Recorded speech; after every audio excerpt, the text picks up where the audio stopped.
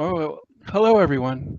Welcome to our LA County Library virtual event, People Facing the Sun, the history of the Fernandeno Tataviam Band of Mission Indians. I'm Daniel Hernandez, a librarian for the LA County Library, and I'll be your host. In today's program, we will learn about the culture and history of the First Peoples of Northern Los Angeles County.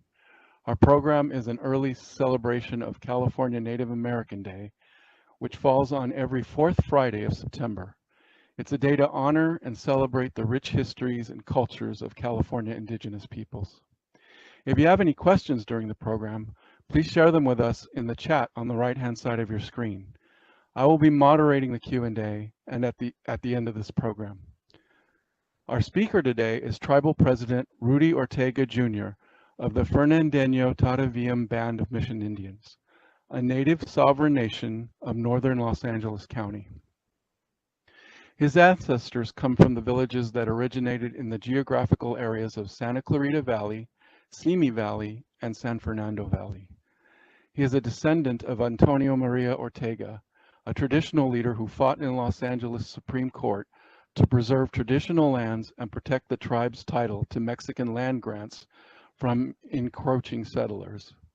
His father, the late Rudy Ortega Sr., led the tribe for over 50 years and was elected to the Los Angeles City County Native American Indian Commission in 1977.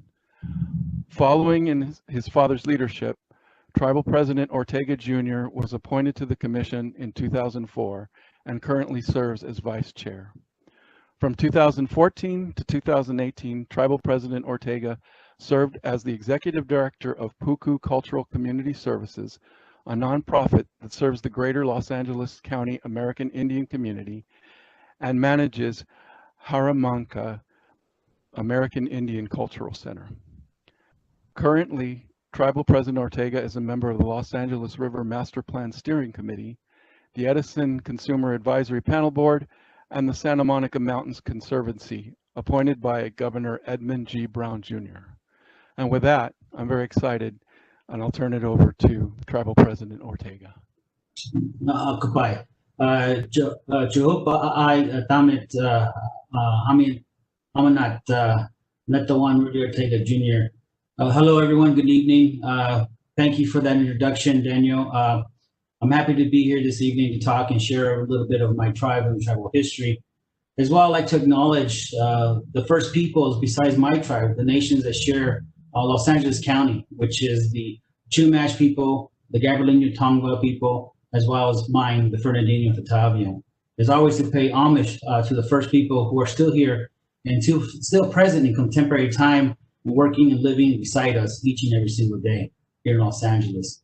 With that, I wanted to present my tribal history and who we are as people and what villages we descend from and our lineages that we're here still today. I'm going to play a 13-minute video for all of you to view, and then I will also present more tribal history through a PowerPoint presentation. So I will play this video. Fernandeno Tataviam Band of Mission Indians, the people facing the sun. This presentation is about the history of the tribe, a sovereign native nation of northern Los Angeles County. Present. This section covers the present administration, programs, and goals of tribe. The distinct community of the present-day Fernandeno Tataviam Band of Mission Indians originated in the lineages, villages, and cultures of the period preceding the establishment of Mission San Fernando, from which the natives received the name Fernandeno. Mission San Fernando was established on September 8, 1797, at the village of Achoycaminga, and for years following enslaved Native Americans from the lineages in the geographically surrounding areas, ranging from present-day Simi, San Fernando, Santa Clarita, and Antelope valleys. Today, the tribe consists of a voluntary coalition of those lineages bound together by a tribal constitution. The Tribal Administration Office is located across San Fernando City Hall in the city of San Fernando, California. The Tribal Senate is composed of 9 members elected from 2 legislative tribal districts who are responsible with setting tribal policies, creating government programs, and working towards self-determination.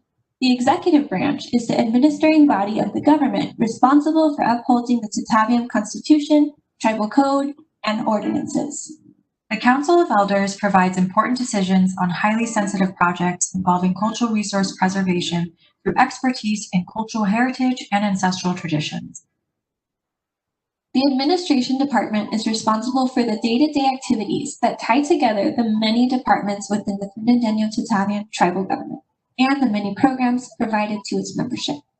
The Tribal Historic and Cultural Preservation Department is committed to the protection, preservation, and promotion of the cultural heritage of the Fernandeno Tataviam community.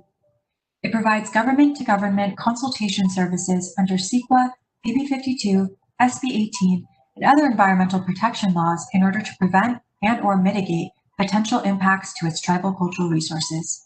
The Education and Cultural Learning Department is an education and leadership development initiative, which uses non-traditional and traditional American Indian teaching methods while incorporating Indigenous values for Native American students. The Health and Social Wellness Department advocates for social wellness in the community through mind, body, and spirit. This department advocates for Indian children in dependency cases under ICWA. The Office of Tribal Citizenship is designated to receive and process applications for Fernandeno Tataviam citizenship pursuant to the provisions of the Fernandeno Tataviam Constitution and laws. The following are the Fernandeno Community Centers and 501c3 nonprofits. Puku Cultural Community Services is a 501c3 nonprofit charitable organization providing services for low-income American Indian families. We offer relief to those in emergency situations, helping and fostering, adopting, and educating American Indian youth, and cultural awareness. Tataviam Land Conservancy was founded in 2018 and holds Tataviam land in perpetuity, preserving a property's unique cultural and environmental values. Land ownership offers increased protection to cultural sites because the TLC owns and manages the land or enters co-management partnerships with like-minded agencies and conservation partners. In addition, it prevents the loss of cultural connection by providing a place where Tataviam people can gather, teach, and learn about their cultural heritage. Our Makna American Indian Cultural Center is maintained by Puku Cultural Community Services and is filed under a special use permit with the Angeles National Forest. Our Makna celebrates the first 5 nations in the region, including the Gabrieleno, Fernandeno, Ventureño, Kitanamak, and Serrano. The tribe generates revenue and supports tribal self-determination through for-profit services. The Fernandeno Tataviam Band and Mission Indians has a corporate and commerce commission. Under this commission, the tribe has established Pasiki Strategies Corporation in 2016. Since its establishment, Pasiki has ventured into renewable energy, affordable housing, luxury cigar lounges, and electric trolleys. These efforts provide jobs and generate short, mid, and long-term revenue to serve the tribe and Los Angeles County. Historic. This section covers the rich and unique history of the Fernandeno Tataviam Band and Mission Indians. In the pre-Spanish era, a singular tribe did not rule over what is now known as Los Angeles County. Instead, each lineage was a tribe, and within each lineage, there was a hierarchy of leadership. You can view the lineages written in red. Let's zoom into the village at present-day Encino so that you can see this closely. Each lineage was politically and economically autonomous and maintained sovereignty over its local area. Each lineage consisted of speakers from more than one language and were linked to neighboring lineages through trade, marriage, and social exchange. The tribe traces its ancestry and kinship network through the mission baptismal records to 26 lineages circled on the map. There was no collective tribal entity above the lineage because each lineage was sovereign. However, the politically independent lineages were linked to one another through language. The tribe uses the term regional group to represent a group of lineages that are connected because your people speak one or more dialects of a language. Regional groups are written in white boxes on the map. To be clear, these are not tribes. There was no tribal group above the lineage. Instead, the regional groups are confederations of shared ceremonial understandings and practices. The sovereign lineages within these groups share regional ceremonial gatherings as well as beliefs of the afterworld. Breaking down the tribe's name. Fernandino is a Spanish term and represents the Native Americans of diverse territories who were forced into servitude by Mission San Fernando during the Spanish period. Tataviam is a term for the regional group of lineages that inhabited the lands just south of the Kitanamak people in present-day Kern County. Today, their people are known as the Tohono Indian tribe. The Kitanamak word Tataviam translates to the people facing the sun. Pictured to the left is Eugenia Mendez, a progenitor of the tribe and well-known informant to John Peabody Harrington. The tribe continued to actively protect its homelands. In fact, after Mexico passed the Secularization Act of 1834, 40 Fernandino lineage leaders petitioned the Mexican governor for their village lands. In addition to the ex-Mission San Fernando lands, tribal captains received land grants held in trust throughout Los Angeles, including Rancho Escorpion, Rancho Encino, Rancho Cahuenga, and Rancho Tujunga. These land grants were supposed to be preserved in the American period under the Treaty of Guadalupe Hidalgo in 1848. However, land in Los Angeles County, specifically areas with natural water sources, became increasingly valuable, and the local state courts were against our ancestors' claim to the land, which made it impossible for the San Fernando Mission Indian defendants to affirm rights to land that would have formed the foundation for a reservation. Further, under the Mission Indian Relief Act of 1891, federal agent Frankie Lewis, the Special Assistant U.S. Attorney for Mission Indians, worked to secure Fernandeno land rights through a land case for nearly a decade. Although the special agent was unsuccessful, Fernandenos continued their connection to village lands, including tribal captain Antonio Maria Ortega. Antonio came from a long line of leadership. His mother maintained the Rancho Encino land grant for the Fernandeno people until their lineage was dispossessed by a Spanish settler during the American period. Antonio fought his entire life to secure land for his people and was even taken to court in a well-known land dispute case in 1876. The San Fernando village land was sold without the consent of tribal captain Rogerio Rocha, prompting other tribal families to occupy the traditional village alongside Rogerio on June 1, 1876. As a result, the Fernandeno were taken to court by two land developers, former California Senator Charles McClay and Benjamin Porter. And in 1878, the Fernandenos were found liable for trespassing. They were fined $500 and an additional $50 for each month that they occupied their own land. The local tribal community who rallied alongside Rogerio included future Captain Antonio Maria Ortega, whose name is highlighted in the court transcript to the right. Pictured in center is tribal captain Rogerio Rocha, circa 1900 in San Fernando, California. Due to the dispossession of Rocha's land grant, which was held for the collective benefit of the tribe, the Fernandeno Tataviam band of Mission Indians was not made a federally recognized tribe. After a 30-year battle in Los Angeles, Rogerio lost title to the last remaining land. McClay and Porter began evicting the Fernandenos, and in 1885, McClay evicted Rocha in the midst of rainy season, dumping him and all of his belongings just outside the city of San Fernando. His wife Maria died of pneumonia immediately. At over 80 years old, Captain Rocha passed away shortly after as a homeless refugee on his own homeland. After the evictions occurred and some very adverse publicity was circulated about McClay and Porter in the Indian Rights Association brochures, McClay tried to defend what they had done by claiming that they had afforded Rogerio Rocha and his family and others various forms of compensation and alternative residence to ease the pain of the eviction. But it was clear from affidavits that the Indian Rights Association obtained from the Silas, from Rocha, and even from the sheriffs that had carried out the eviction, that no such offers were made. The eviction itself was brutally harsh for Rogerio Rocha and the others who were living on the land, and whose land it had been thousands of years. Today, not many people know who we are or realize that we are still here. I ask that you support us and learn who we are as Native people in Los Angeles County and how we contribute to the community, serve our country, and persist even though, truthfully speaking, we were supposed to be erased. Our mere existence alone is a miracle.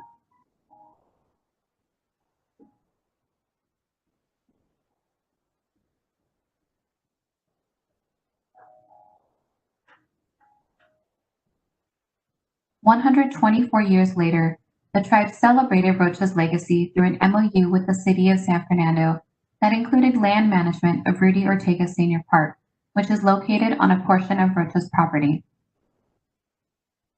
The tribe has been practicing its inherent sovereignty regardless of its status with the federal government. In 1971, late tribal captain Rudy Ortega Jr. sent several letters to the BIA in request of amending the tribe status for the purpose of establishing a reservation. On September 28, 1971, the BIA acting area director responded that it would not be possible to acquire lands without first verifying the tribe's legal status. This communication occurred prior to a formal recognition process was set in place by the BIA.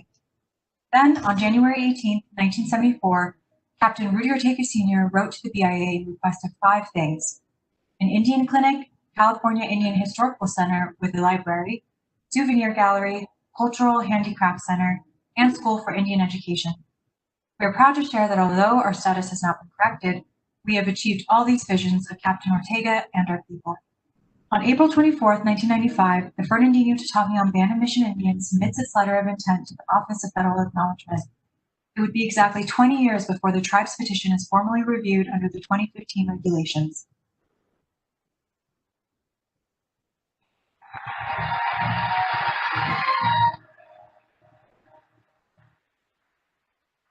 The Academy of Motion Picture Arts and Sciences would like to acknowledge that tonight we have gathered on the ancestral lands of the Tonga, the Tataviam, and the Chumash. Our homelands are part of us, and even though acknowledgement by itself is but a small gesture, it is a beginning to a greater public awareness of Native sovereignty and cultural rights, including the federal recognition of our tribe.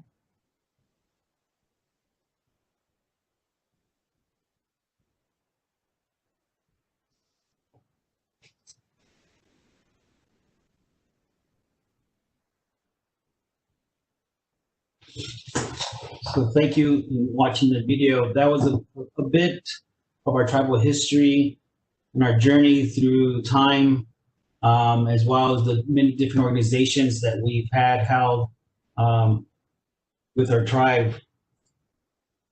So we're pretty pleased and proud that we're able to be here today among you all and working in society and contributing to society as well. I want to share with you our next PowerPoint presentation that goes a little bit more in depth with the history.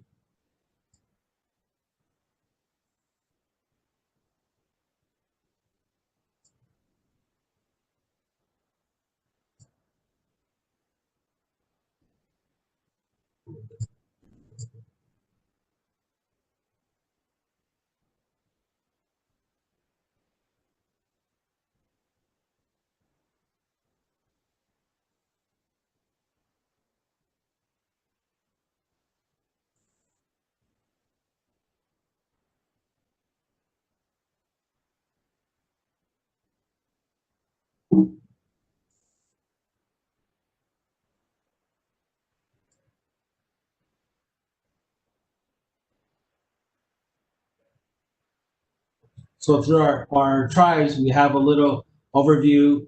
My presentation is a little bit overview. Again, it's going to capture another PSA that I would like to share with everyone. As well, I'll go through pre-mission, historic, and land rights of the tribe.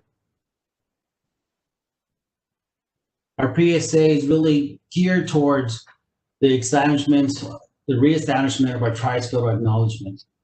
As we've gone through the hurdles and land taken from our tribe, rights removed from the tribe itself, from religious practices, to the fact of even being here in California, here in Los Angeles. So that's what this PSA describes a bit more of, and our plight towards correcting the federal acknowledgement of our tribe's sovereignty.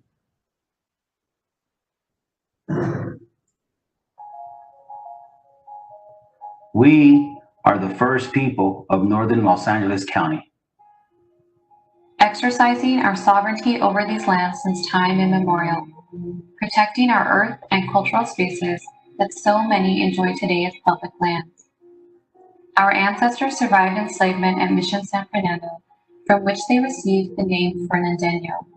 Despite lacking U.S. citizenship and in a time of war on Indian people, when California enslaved us and paid for the killings of our people, our grandparents risked their lives to fight for our rights in local courts and protect the land from exploitation by encroaching settlers, but instead were punished by the courts in order to pay fees for occupying their own lands. Today we continue that legacy through our 125-year-old pursuit of federal acknowledgement, as we fulfill the settler U.S. government's definitions of who we are as Indian people, submitting thousands of primary and secondary sources that document our existence.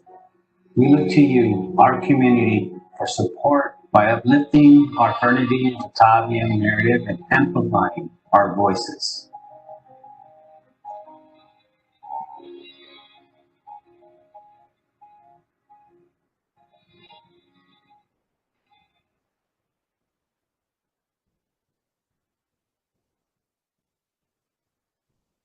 And here's our pre-mission, which I'll go over and cover time when our people were taken from the villages over to the missions and what occurred in the missions. Missions were the first incarceration systems here in California and throughout most of Baja California as well. A lot of the missions were established for the purpose of converting Indian people into the ideal of Catholicism of the Spanish. For us in our tribe, there are a lot of the 26 villages that were marched over and enslaved at Mission San Fernando. And through that struggle, our people maintained much of the heritage and incorporated a lot of the Catholicism into our own traditions as well, and even blended some of our language with the Spanish languages.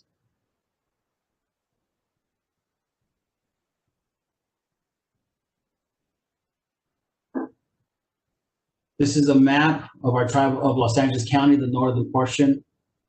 My tribe comes from, as I mentioned, 26 villages. Those villages are circled in the red ring. And these circles, those are the villages that were marched to Mission San Fernando. But besides being taken to Mission San Fernando, they were also recruited to the other missions, such as Ventura Mission and San Gabriel Mission as well. This map here shows the outline of all the 26 villages. The villages today, this outline shows our ancestral unceded lands of our tribal territory, of our tribal nation. And you can see it encompasses the majority, a good portion of northern Los Angeles County.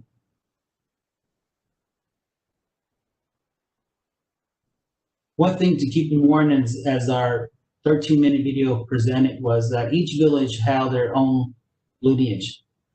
Each village had approximately about 4 different tribal captains, the head captain and sub-captains to help maintain order or authority over a village itself.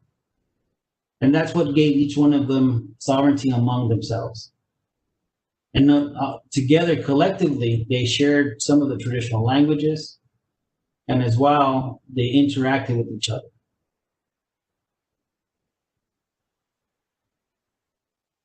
This map here shows the kinship ties, relations to one another.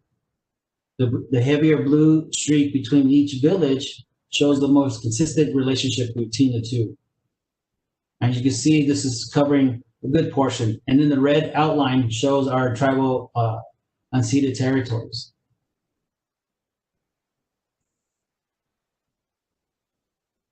The regional groups is a very important thing because it describes the people within that area and also describes the dialect and the language and the cultures, also describe what nature elements that they had readily available to them.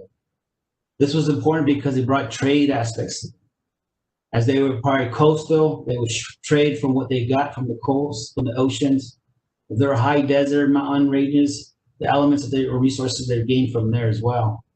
So that's divided into the tribal regional groups, each one. Here's a description of all the regional groups within the area.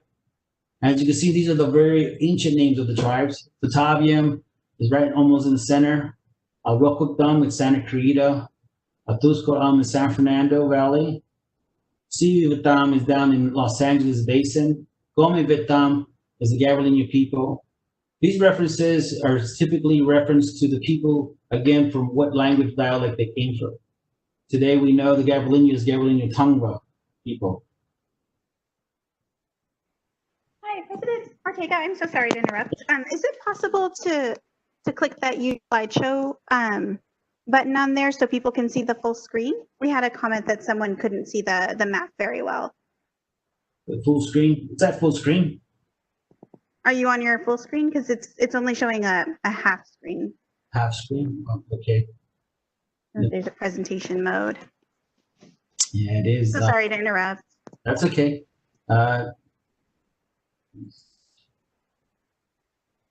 How's There you that? go. That looks much better. Thank you so much. Problem. So here's the history portion of the tribe.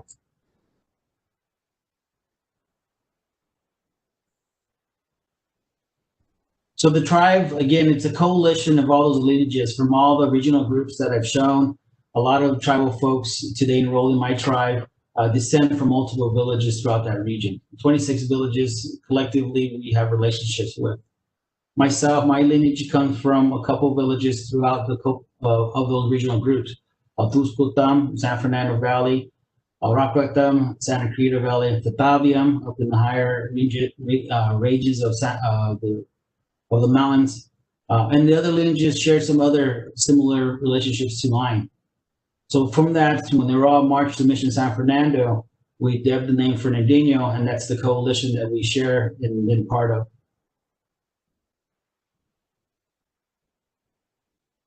This is a little language activity, and it's something basic with the Toktik languages.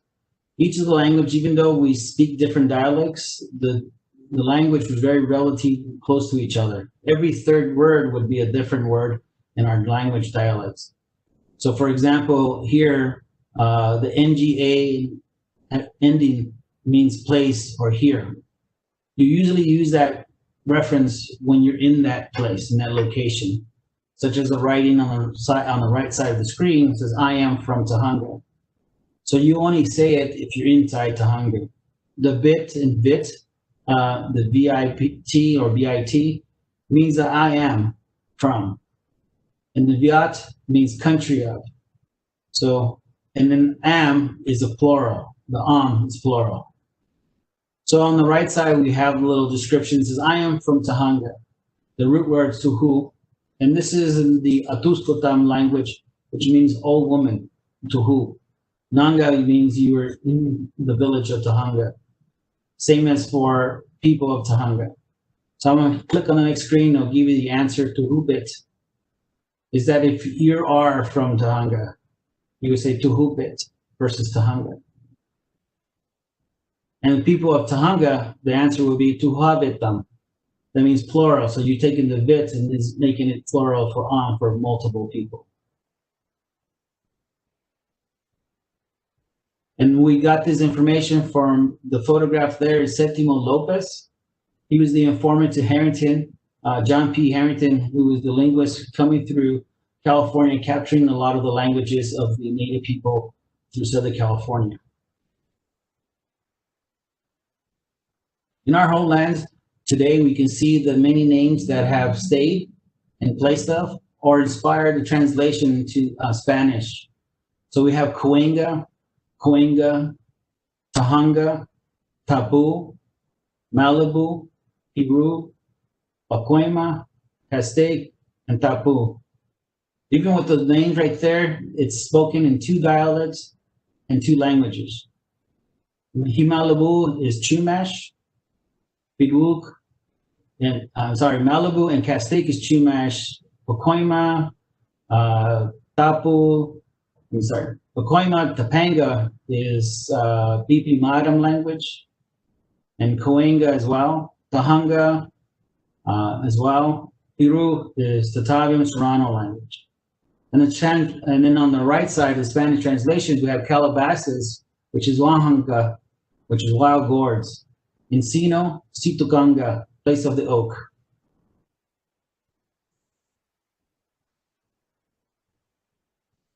So this is the name breakdown of our tribe. Fernandeno is the Spanish translation or the Spanish name given to the people of Mission San Fernando. Very much like the tribal language that I showed earlier. If you're from Tahunga, you say Tuhubit. Pretty much in Spanish, you would say Fernandeno if you were from Mission San Fernando or San Fernando itself. Much the way we do today when we call ourselves Angelinos. We know that when we travel different places and you say you're Angelino, you're from Los Angeles. So Spanish had the same similar structure as our native language. Tataviam, it was a given word from us from our neighbors to the north, the Tanuma people, and it roughly translates to people facing the sun. And then to cover all the areas in the upper mountain regions, if you remember from the map that I showed previously. In the photograph on the left is our ancestor Eugenia Mendez, and she's the progenitor to our Garcia and Cook lineages in our tribe. Land rights and recognition.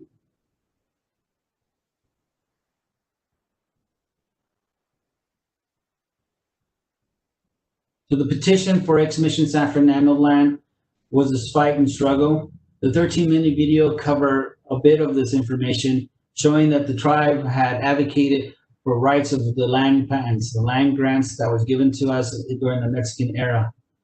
On the photograph on the right, the image in the back is the sign. It's a name list of all of our tribal captains, the 41 captains who were struggling and fighting and petitioning and protest to maintain their lands.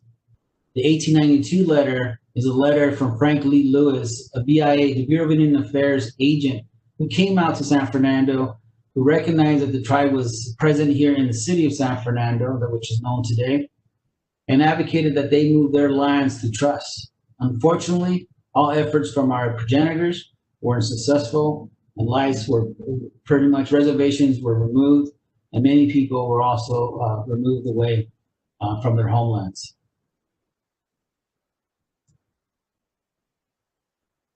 These land grants that were dispossession was Rancho Encino, Situcanga, which my ancestry comes from. My great-grandmother was owner of that land. Rancho Tahunga, which is shared by our other lineage in the tribe, and as well as Rancho Coenga, Rancho Situcuanga, Rancho Patzcanga. Patzcanga was the land that Frank Lewis was advocating to move that land into a reservation, which is in the northeast portion of city of San Fernando. And Rancho Escorpion was last lost in 1913, and it was moved to the Los Angeles Department of Water and Power. That was one of the last partial lands that we lost from our tribe. The Porter McLean versus Pablo Cota and all. Essentially, this is the land where Frank Lewis was advocating to move onto reservation. Our tribal captain, Rogelio Rocha, was, along with my great-grandfather, Antonio Maria Ortega, was advocating that they move that land to trust. It was the last remaining entitled property besides the Scorpion, but the last one in the east of San Fernando Valley. But unfortunately, the lawsuit, they were removed by court order. They were punished pretty much from the lawsuit and had to pay a fine of $500 and $50 a rent for every month since 1876, when they were evicted on February 12, 1878. This put them in great debt. They had to pay for land that was rightfully theirs, and lost pretty much all rights of their lands and possessions from this lawsuit.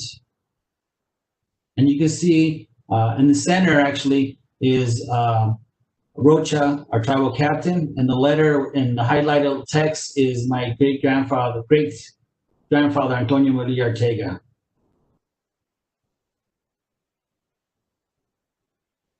The 26 villages that we descend from today, there's only 3 families that have survived from all those villages.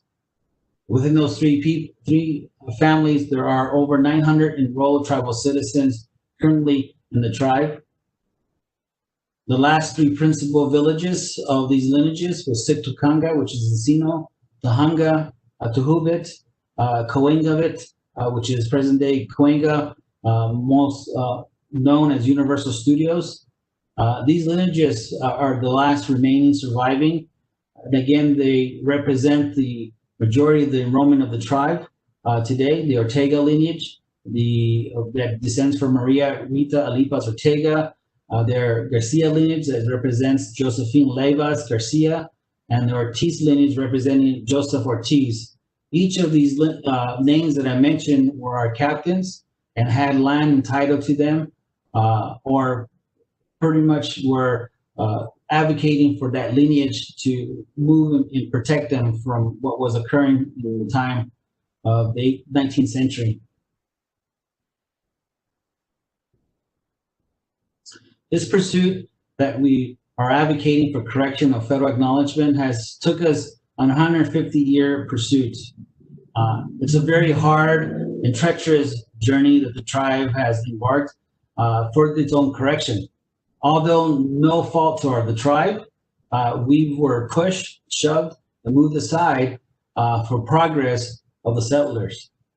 Today, the tribe is still here, as I mentioned. We work in multiple industries in Los Angeles. We maintain our communities and families.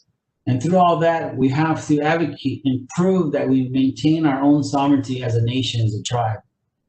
Through all those hurdles and throughout all California laws, we're able to file a petition and advocate for these lands. My father attempted in 1971 for the Chatsworth Reservoir, the Rancho Scorpion Ranch land grant, to move those properties into a reservation, which is the first top letter from the Bureau of Indian Affairs, which went back to my father stating that he had to first get the tribal status clarified.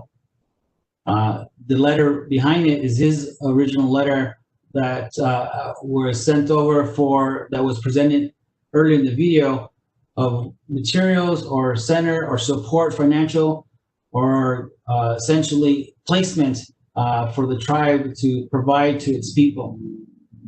With no support from the federal government, the tribe pursued it on its own to support and bring educational center, cultural center, and medical relief for many of our tribal people. On the very back is the actual website screenshot of the Office of Federal Acknowledgement under the Bureau of Indian Affairs, showing our tribe's petition as listed as Petitioner 158, advocating for federal recognition.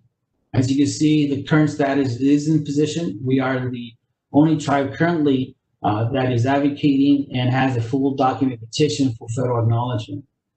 And as you can see as well, if you read in the current status, our comment period of 120 days ends October 14, 2020, this year. So it's coming up in a couple of weeks. And this journey has taken us on through all these hurdles that we presented to you this evening. So occupy in our language, in the Serrano Tataviam language. I'd like to thank you for taking the time, listening, and for allowing me to share with you all our tribal's history and culture.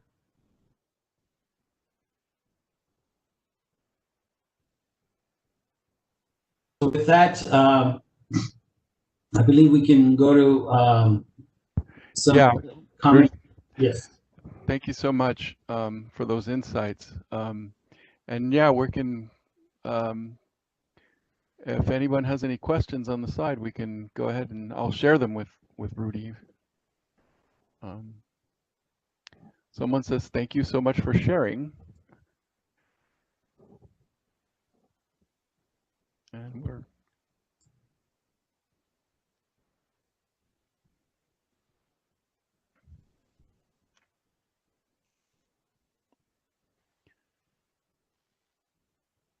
okay, here's a question. Is part of why it's so hard to get acknowledgement of land rights because of so many lineages? No. The problem is essentially proving evidence that we maintain ourselves as a recognized or a distinct sovereign nation politically here in Los Angeles. And the difficulty is that as Los Angeles was developing into this metropolitan area, there was no rule of protecting the tribe. There was no interest of protecting the tribal people. They needed the water, especially when Mahalan was coming through. The reason why we lost the 1892 land rights was the village sat on a natural spring that became one of the wells for city of San Fernando. So it was more of a economic, political determination not to give any acknowledgement to the tribe or existence that the tribe was still around. And so that's what makes it very difficult. It wasn't the lineages, but it was the political flight that we had to prove and document that the tribe was present. Thanks. The next question here is, did you say that tribal members are still Catholic? There are some members that are still Catholic, but at the early start, what I've said was that Catholicism was forced onto the tribal people, and so our ancestors will naturally use some of our own ancestral traditions within the Catholicism practices. So that survives some traditions and ceremonial practices today that we probably use, such as we burn sage that we see in the Catholic Church, that they use their, I'm not Catholic, so they're burning when the priest comes out and burns incense and wands it around. So some of those traditions was part of the tribal traditions as well as here. And we have some old paintings that before the mission was redone, we have paintings of the mission where some of our tribal people put some of the traditional drawings in there. Deer hunting, the summer solstice, the spring equinox, the fall. So those paintings were pretty much done in the mission walls at the time. So that's how they were able to, secretly continue the heritage and traditions of our ancestral ways. And another kind of follow-up sort of question is, what about creation? What about the creation beliefs of the people? Is there stories of that or something you could? There are several stories, and we go back to the regional groups. Each regional group has a point of origin of stories. So we go to the high mountains, we talk about the creator coming and building the first house where the people came out of that house. And that's where the creator created man and woman. And then down by the coast, we have where the creator came and touched the earth and delivered the messages to the people and saying how one should live among nature, among each other as well. So there are different creation stories, but very much alike throughout each regional group because of each of the languages and traditional customs. Good. So in a completely different area here, will you explain in more detail where the land was that Porter and Matte took? How many acres? There was, the acreage is, the property is on Hubbard and 4th Street. And today, only 2.5 acres remain of the original, and it goes back, there's two recorded, one of 40 acres and another of 10 acres. But the property is on Hubbard and the city of San Fernando in LA joins up against that, and 4th Street. The park currently is named Rudy Ortega Jr. Park. And the tribe has an MOU with the city of San Fernando to maintain the plants and programs at the park there today. Wonderful. Will you explain? Oh, I'm sorry. Does the state of California support your petition for federal recognition? And I'm very pleased to say that we have 20 legislators here in our tribal territory that supports our federal petition. And currently right now, I just signed off a letter to go to Governor Newsom to ask for his support after gaining, again, 20 state legislators, both Senate and Assembly members, who support our federal recognition efforts. We've also gained the County of Los Angeles. We have the Board of Supervisor who also supports us, along with City of Los Angeles, City of San Fernando, and City of Santa Cruz. Someone is asking, how can you gain momentum with this? Is getting other Fernandinos involved? Adding more social press, government involvement? I would say all of the above, but more than anything else it's the acknowledgement by the viewers here and many others who live in Los Angeles who live on our ancestral territories, unceded territory, to bring light and understanding that the tribe was here and maintains to be here as well, and it continues to exist. And that's the acknowledgement that we're seeking and needs for our federal acknowledgement process. Great. And then they're asking, please explain this October 14th deadline. Does it mean the federal government is required to make a decision by that date? The federal government made a preliminary decision right now. They actually did a proposed finding, which is a negative proposed finding. What that proposed finding, what they've done, there's 2 phases to a federal acknowledgement. In the first phase, there's 4 criterions that we have to approve. We approved 3 out of the 4, and the 4th is the historical community. So what we did, we went always back to all the villages and saying those were all the tribelets. And then they came together as a coalition. What the Bureau of Indian Affairs says, their tribe began at the mission era as Fernandeno people. So they're looking for, and they acknowledge that the Fernandeno tribe is the historical tribe, but they did not officially approve that. So that's where we're at. So that October 14th is the ending of comment period, and for everyone who is watching today can send a comment and say, the tribe's name is Fernandeno, the historical community was Fernandeno, the lineages are still the same, they descend from the people from the Fernandeno historical community. You should give them the 4th one and continue to move on to the next phase. And the next phase is another 4 to 5 years. So that's the hurdles we go through. We have to prove more than anything else that we're Indian beyond Indian through this process. Along those lines, and I guess you answered it a little bit, but how can we support you in your efforts? You can go to the Bureau of Indian Affairs website. It says how to comment. You have to send a comment letter to both my tribe, which is addressed there, as well as the Department of Office of Federal Acknowledgement, stating that you support the tribe's petition and that the tribe is indeed the historical community from the Fernandino people to today, and the tribe name still has Fernandino as part of the tribal name today. Good. Along those lines also, it says, so is there any particular call to action for those of us watching, which you answered a little bit, but is there more?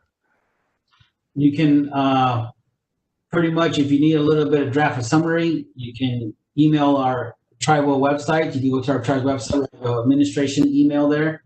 You can send it to us. We can send you a small paragraph and you can expand from the paragraph, but what we actually need is that one correction of criterion 4, which is E, to get us past to the next phase. Okay. The exact website, if you... Our website, you go to our website is Tataviam, Tataviam -NSN.us, and you should have our contact information as well. Yeah. Okay. Well, I guess I got a couple of questions just to keep along the same line you're talking now. Are you trying to get any of your land back today? Well, today yes, we're trying to get some properties that are culturally, spiritually, and religious related to the tribe, so that we can maintain our tradition and practice. That's why we created the Tauvium Land Conservancy. This conservancy actually opens it up where we can preserve the properties and open it up. It's not just the tribal people, but like-minded people who wish to conserve much of property as well. And so that's what we're trying to advocate today. And then along a little bit different line, as a non-Native American living in Topanga, is there a respectful way to honor the heritage of the land I'm living on? The best way is acknowledgement of that the first peoples of that area. Topanga had his own village, acknowledging them and bring awareness to other people. So if you're watching this and your neighbor doesn't know that the tribe is still in existence, inform them and let them know, forward them our website, let them see our videos, bring that awareness to them. That would be much appreciated.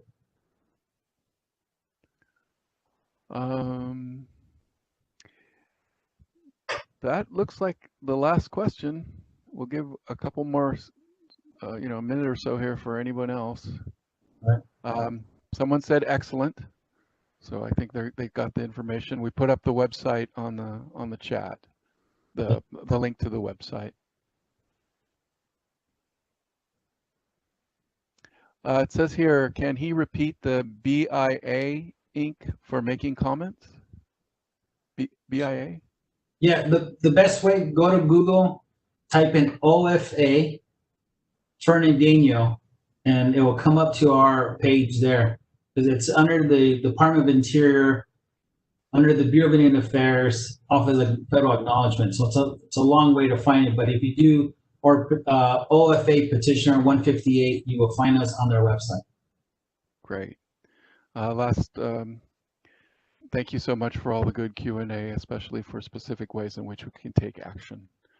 And so I think that's about what we've got here, and I think it's been a really great event. And thank you so much for sharing this history and the things we need to do to help.